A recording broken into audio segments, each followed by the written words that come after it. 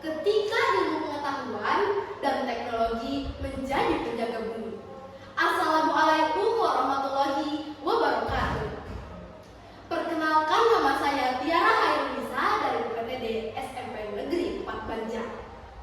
Pada hari ini, saya ingin berbagi cerita tentang harapan, tentang perubahan, dan tentang ilmu pengetahuan serta teknologi yang bisa menjadi pelindung bagi bumi yang kita cintai ini. Cerita ini diambil dari buku yang berjudul Mengolah Sampah Rumah Tangga karya M. Sudama. Pernahkah kalian membayangkan bagaimana kita bisa menjaga bumi kita tetap hijau dan sehat? Nah, hari ini saya ingin menceritakan tentang ilmu dan teknologi atau yang sering disebut iptek dapat menjadi pahlawan super dalam melestarikan lingkungan hidup kita. Yuk simak ceritaku. Saya tumbuh di sebuah desa kecil di pinggiran kota. Di sana alam masih menyapa setiap pagi dengan suara burung dan segelir angin yang menenangkan. Tapi seperti banyak tempat lainnya, desa saya tidak luput dari masalah lingkungan. Udara yang mulai tercemar dengan adanya aktivitas pembakaran sampah plastik. Irigasi yang dulu jernih kini penuh dengan sampah. Sawah-sawah yang subur mulai mengering. Udara pun perlahan kehilangan kesegarannya. Namun, suatu hari datang sekelompok mahasiswa dari Universitas Unpad.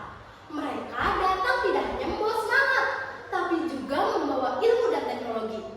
Mereka memperkenalkan kepada kami hal-hal yang dulu terasa asing, seperti biopori, lubang resapan air, panel surya, dan komposter otomatis. Salah satu yang paling membekas bagi saya adalah alat sederhana yang mereka buat, yaitu komposter pintar.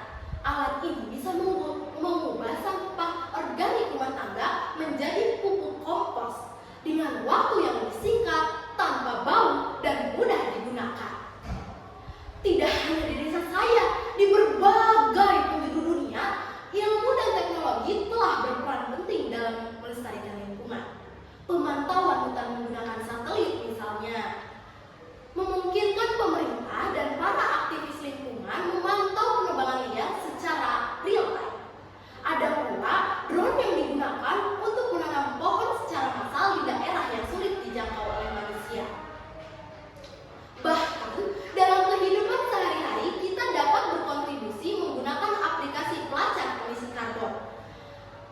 Misalnya, membantu kita menyadari seberapa besar jejak karbon yang kita tinggalkan. Namun, tentu saja teknologi bukanlah segalanya. Tanpa kesadaran manusia, secanggih apapun alat yang diciptakan tidak akan berguna. Teknologi hanyalah alat. Yang mampu menggerakkan perubahan adalah kita, manusia yang peduli dan mau bertindak. Kita tidak bisa menyalahkan masa lalu, tapi kita yang menentukan masa depan.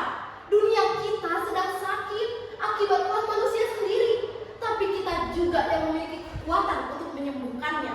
Caranya dengan memadukan ilmu pengetahuan, teknologi, dan cinta terhadap lingkungan. Mari kita berhenti menganggap teknologi sebagai sesuatu yang rumit dan mahal.